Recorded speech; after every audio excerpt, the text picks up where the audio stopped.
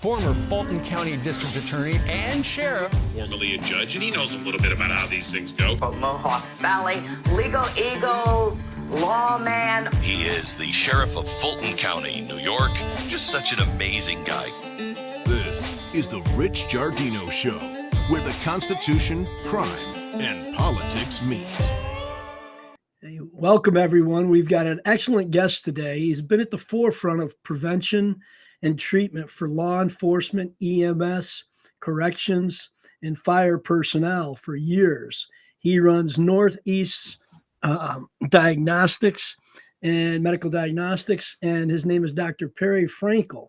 He's been doing this for years, and he's going to give us a little insight on the higher levels and risks of law enforcement and public safety members. But then he's going to talk a little bit about AI and how that's going to interact with your medical, either any field of medicine. Basically, it's breaking through rapidly in that field. So this is kind of a follow-up to our last show. At this point, I wanted to welcome Dr. Frankel.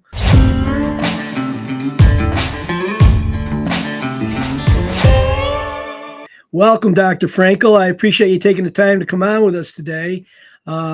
It's fascinating. I've known Dr. Frankel for probably 7 or 8 years. We met at a Sheriff's Association meeting, and he runs an interesting business that is for prevention and treatment and detecting issues, medical issues with law enforcement and public safety. Why don't you tell us a little bit about your background first, Doctor, and then get into the risk factors and the higher risks of things for law enforcement? First of all, Sheriff, thanks for inviting me on the program. Sorry for my dress. I just came from the gym, practice what I preach. I'm in practice for 32 years. And in 2008, going to the emergency room one more time where somebody had a heart attack that could have been prevented, I said there got to be a better way. So in 2008, we started taking our services to law enforcement, unions, police departments, fire departments, churches, and getting to people before they're another statistic. And so the viewers and listeners understand, you bring an RV, or I don't know, is it an RV? What do you call it? But you bring everybody with you, and you do all your tests and set up for a day or two in some areas, correct? Yes, and we've done New York, New Jersey, and Florida. We've done just about every county in those areas. Our model now is we go to a sheriff. The sheriff invites all the local police departments, fire departments. Now the counties are inviting the whole county. Mm-hmm. So we make sure the sheriffs and law enforcement, they put it out a day or two before they put it out to the general. But we're finding the counties are inviting us alone now because we save lives. I mean, heart attacks, strokes, very easy to save. 3/4 of people that have a stroke don't know they have a carotid blockage. So a simple carotid ultrasound in a person that has risk factors can prevent, the number one expense for long-term nursing home admissions for the federal government. So some of the risk factors include the sedentary nature of law enforcement, where you can be sitting in a patrol car for hours or at a desk, and then all of a sudden you get tasked to a robbery in progress or a burglary or a very bad accident, and everything starts overdrive, all your systems. What are some of the differences between the general population and law enforcement as far as strokes, heart attacks, and other issues, and what do they pinpoint as one of the other factors that increases their risks? A great question. You hit the number one risk, going from 0 to 100 and being sedentary. You people, we're programmed to sleep at night. Law enforcement, a lot of you have night shifts, Mm-hmm. Mandatory overtime. Your stress hormones like cortisol, proven in the Buffalo PD, which we've done a couple of times, your cortisol levels are 2 to 1, which is cortisol is a stress hormone. So I think it may be changing slightly where we're finding now a lot of the officers are starting to work out. and eating better, not smoking, because that's another big one in, law enforcement, especially some of the people come from the military into law enforcement. So we think the officers that are 20s and 30s may be, changing, I noticed that with our people, they'll come in and they have a workout buddy, or they don't smoke like they used to. Everyone used to smoke years ago. Now we have a no smoking in the car policy because the ones who smoke, the other guys don't want to use that patrol car. So the number of officers I have that are smoking today is probably 50% less than they would have been 20 years ago. And I think that is a factor. We eat terrible. We get, if we eat a lot of fast food, we eat, every day. It's, you eat and then you sit there until you get something. And I don't want to minimize sitting, but the point is that you can go from doing a report or taking a statement at the station to running out to your car and grabbing your gear and going on a hot call. And we're a rural area. So we've got 500 square miles. So it's not like we're driving 2 blocks to the call. We're driving 20 minutes at 90 miles an hour plus if it's a very risky or high risk call. So I think that's part of it. So 100%. How it works once you set up a venue that you're coming to. What kind of tests do you give in the field? Well, we basically bring a cardiologist office to you. This all started in Westchester, Mount Vernon. I was asked by the commissioner who knew me to do the police department. We took a lieutenant, 6'5" lieutenant, looked like the picture of health. We put 4 stents in him straight from the bus. We put him in the hospital. Mm-hmm. It went viral. Mm-hmm. I was asked to speak at the chiefs meetings in Westchester. The guy walks in and he says, "This guy saved my life." And so it went viral in Westchester. Then it went throughout the state. And what we do is we used to bring a giant RV. What we do now, since you sheriffs always have a room that we can utilize most of the time. So now what we do is we come up with cargo vans, and we're able to, you come in just like you would in a doctor's office. You fill out, you would have filled out a history and physical history beforehand.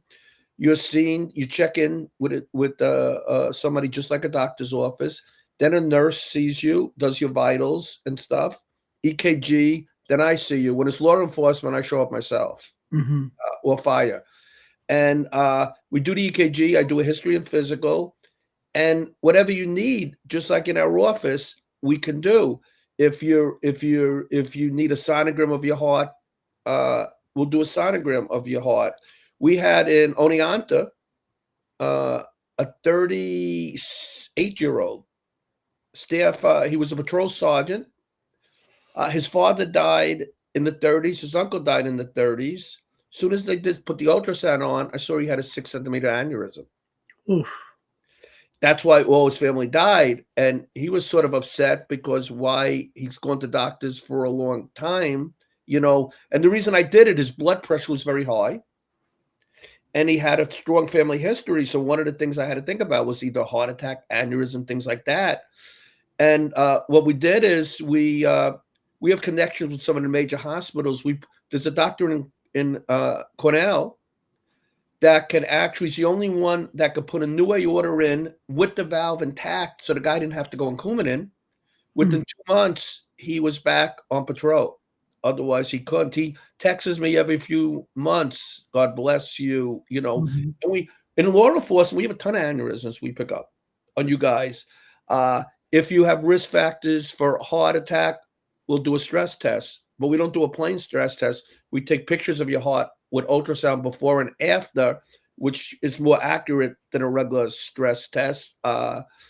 We have the ability to do abdominal aorta studies to look for ultrasounds, to look for aneurysms. We pick them up all the time over 3 centimeters, especially if you smoked in the past.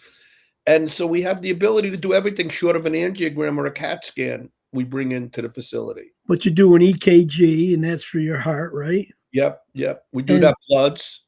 Do you do the nuclear stress test or just the first step? We do the stress echo, which is Cardiac echo. equivalent in accuracy to a nuclear, you bring up a great point. The regular stress test misses a lot.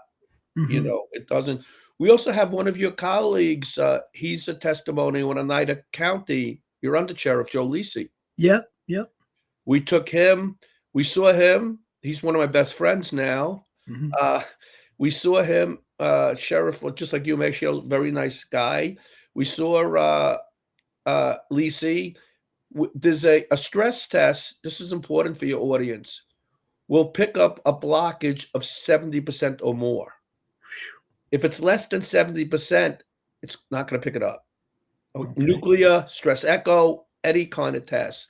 So we also know that half of heart attacks now that occur suddenly are from a blockage under 50% that rupture.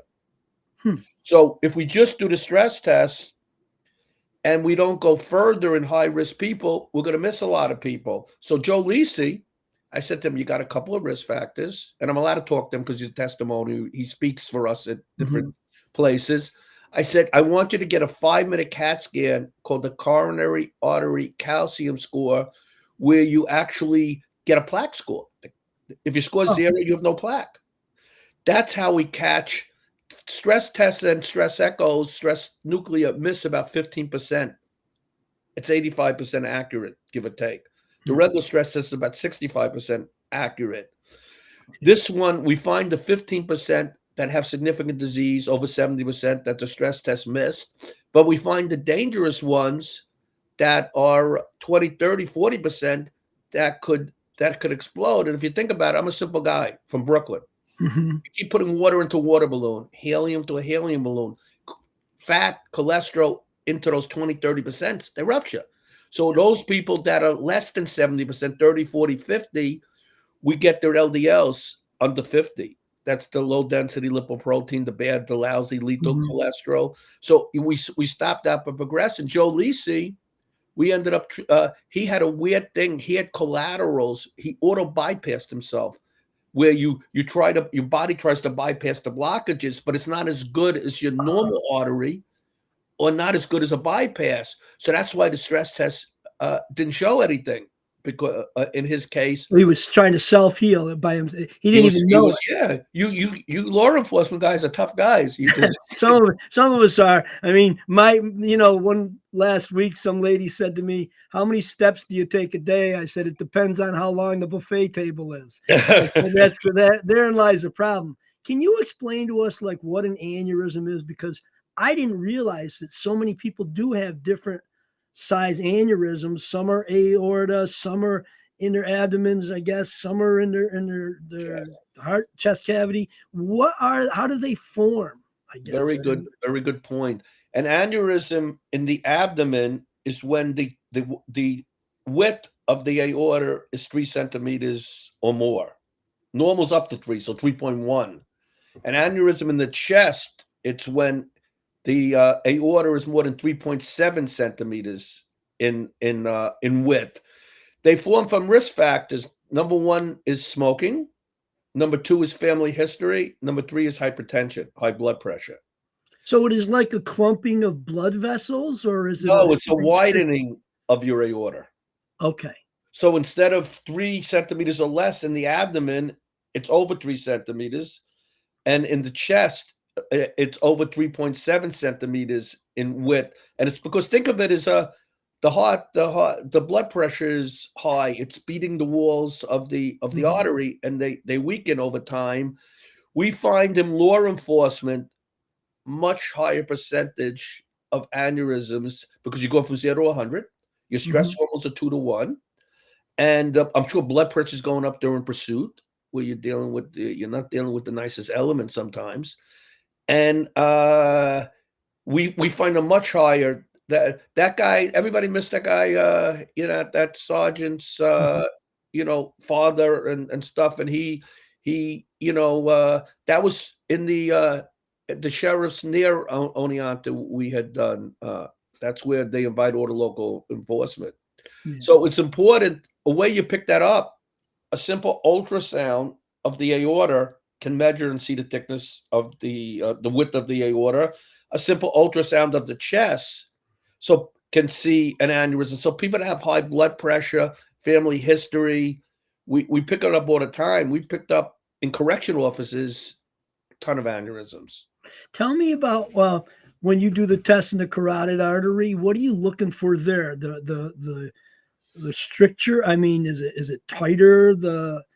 Because we always hear, check the carotid artery, and that'll give you an indication of a high risk for stroke. Now I can see you know all the questions. You were a prosecutor, you're a sheriff. So well, I got to tell you, my dad was a pediatrician for 50 years. Oh wow. And he used to every morning have call. And while we were getting ready for school and eating breakfast, we'd hear him on call. And I will tell you a funny little story that back, years ago, we're talking 60s and 70s, he would always say to the nurse, "What's the Billy Rubin? What's the Billy Rubin?" All I heard was Billy Rubin, right? So for years and years and years, I didn't know Billy Rubin was a liver test, right? Or bile or whatever. I thought Billy Rubin was a sick little Jewish boy. And I said to him, "How is Billy Rubin? Because I don't know." Billy Rubin. Cool. That's funny. And he said he explained to me what a Billy Rubin was, but it was like, "Dad, Billy Rubin, that poor kid," So tell us though about the carotid arteries. How does that work? All right. The carotid. First of all, the problem with strokes is that many people never get a warning symptom. You're lucky if you get a TIA. That's like a mini stroke. Yeah. Because 3/4 of people that have a stroke don't know they have a blockage in the carotid, and the most common reason, over 90% of strokes occur, it's just like a narrowing in the coronary arteries in your heart cause a heart attack. A narrowing in your carotid artery due to plaque formation blocking flow. That's what causes a stroke in most people. In 10% of people or less, it's due to an arrhythmia called atrial fibrillation, where your heart's beating very irregularly, atrium, and a clot forms in your heart and it sends it to the brain. A very small percentage is a hole in the heart. It goes from the right side of the heart through a hole to the left side to the brain. But most strokes are caused due to a blockage due to plaque in the carotid arteries, the same way you get in the coronary arteries. Mm-hmm. So that picks it up. We're going to transition to the AI stuff. Before we transition to the AI, if I'm an administrator of law enforcement, public safety, corrections, how do I get a hold of your business to have you come and talk to us and do testing? What do they just go online, or what do you recommend? I'm hands-on when it comes to you guys, so they can call me on my cell. I get a lot of sheriffs calling me all the time at 516-254-1732, or they could email me at the DR, like for doctor, the abbreviation for doctor, and my name, PERRYFRANKEL @gmail.com. But if you leave me a voicemail on my cell, I'll always respond, or I'll either call myself or one of my staff members will set it up. Okay. So you're listening to the Rich Giardino Show, where the Constitution, crime, and politics meet. Today, we're actually talking about a little bit of crime, because it has to do with, crime fighters, law enforcement, and the risks that they have, which are greater than the average individual. We have a higher risk of alcoholism. We have a higher risk of heart attacks, strokes, general maladies. A lot of it is because of the lifestyle and the 0 to 100, as we talked about, when you can be sitting there 1 minute and then get a serious call and your whole body starts reacting. Doctor, I forgot to say, if you're going to listen, you can like, subscribe, and share us on Facebook, YouTube, X, Spotify, and all other premium platforms. We're with Dr. Perry Frankel, and he's a cardiologist, and he has a large part of his practice is the prevention, treatment, and detection or diagnosis of ailments in law enforcement and EMS, public safety. Let's talk a little bit about the rapidly evolving field of AI as its applicability to medical. In my field, it's fascinating there's I'm getting involved. I'm into prevention before somebody has a problem. It's just too expensive. Loss of a life, or God forbid, and also to the business or the county. There's a company called U.S. Health Centers that came out with an AI program where there's a dashboard. You put all your information into the dashboard. They also have, if you're part of that organization, they also have teams where you have 24-hour NPs, 24-hour mental health. And what they've been shown, and it's third-party verified by the Verification Institute, which is the highest level, that people that go through that program have a decreased hospitalization and ER rates of 83 to 93%. And what they're doing, there's a program, the government has a wellness program where there's a cafeteria plan where they let you take pre-tax dollars out. It costs the employer actually saves $680 in FICA taxes per employee per year. So it's costing the employer nothing. And the employee, because they take pre-tax money out, gets a bigger paycheck and has all these abilities. And to reduce, with the way the healthcare costs are going through the roof, if you can reduce hospitalizations by 83 to 93%, they also offer prescriptions. We order generic prescriptions, and most of the generic mail orders free. No co-pays. So you save, if you're on 2-3 medicines, which a lot of people are, you save it on that. Plus, it very well could save your life. They not only figure out the high risk, which we go and do, they figure out the medium and lower risk. They're going to become the higher risk in the future. So this is great for counties. They're actually negotiating with a lot of big companies. And again, the employer saves money, costs nothing. The employee gets a bigger salary, and you reduce hospitalization. So we're using that before I even get there now in a lot of the companies. And then we come in and we actually get more people than we did before, because we're finding people that thought they were no risk, like your young guys sometimes, and finding out that they have risk. So that's going to revolutionize things. And there's a company called Group Advisors. They're the ones that administers this. So I'm going to be speaking for the companies, not for pay, just for, I think it's fascinating. And then they're signing up a ton of employers, so it's a wonderful thing. That plus getting live at an area together, it's another thing that's gonna happen. We're gonna be able to finally beat cancer. That's long in coming, because some conspiracy theory saying that the pharmaceuticals don't want to give you the miracle drugs because that reduces the cost. I think some of that's a conspiracy, but in today's society, everything is a conspiracy.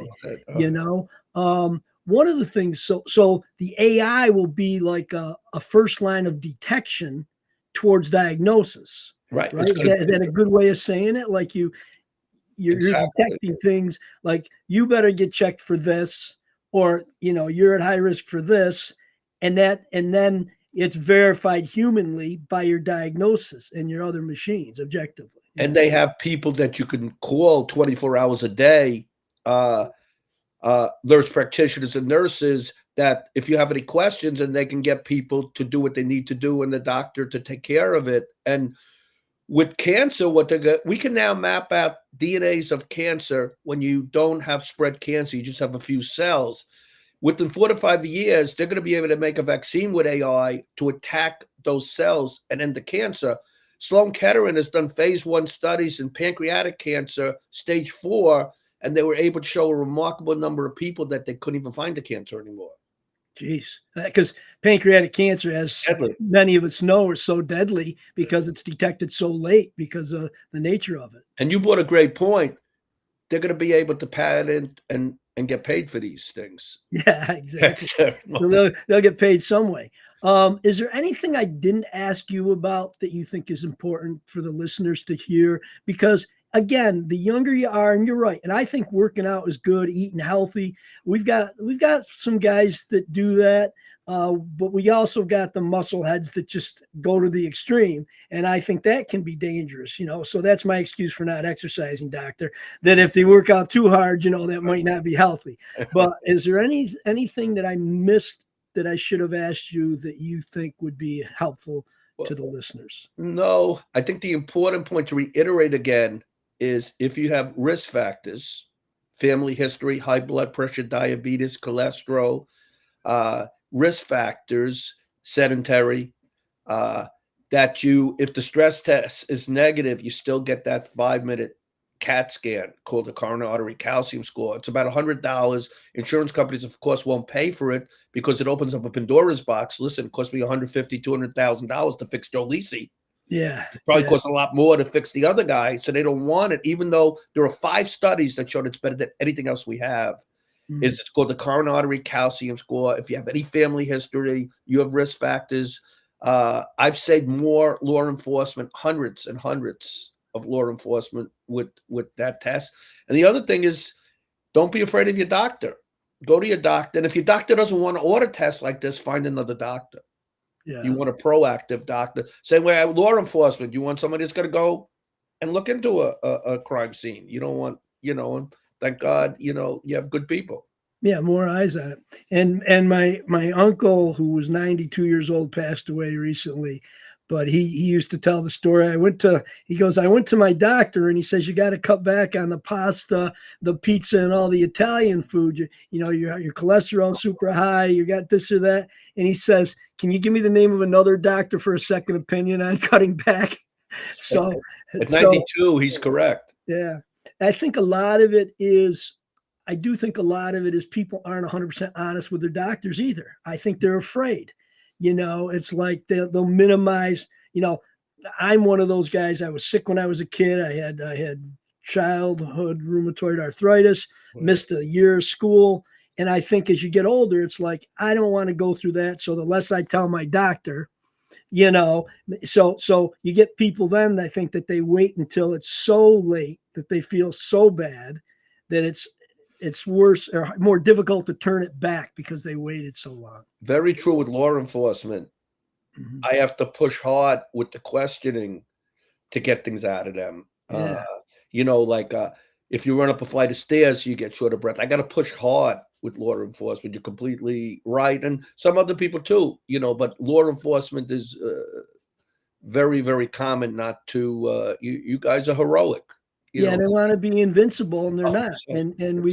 And admitting that, geez, I get winded, is saying that, well, I can't do the job. They don't want that slip that says he shouldn't do the job anymore. No. A lot of them, that's their identity, and rightfully so. Again, I want to thank Dr. Perry Frankel for being our guest today. I hope you learned something. There's a lot here. Please like and share this broadcast. We'll wrap it up and. At this point, thanks a lot, Doc. I do appreciate it. Thank you for having me on again. And you grew. Now you're video. Yeah, I'm a podcaster.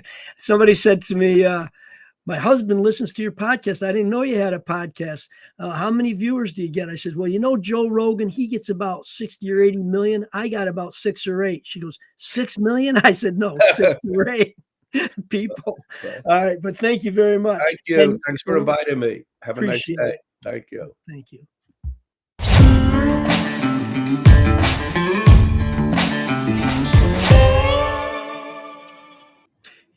You've been listening to the Rich Giardino Show, where the Constitution, crime, and politics meet.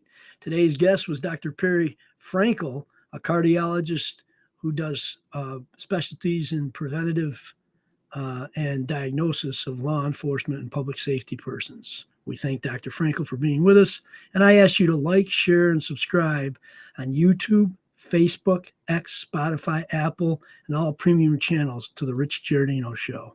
Thank you. Like and subscribe to The Rich Giardino Show, part of the Elite Influencer Network, wherever you get your podcasts. And we'll see you next time on The Rich Giardino Show, where the Constitution, crime, and politics meet.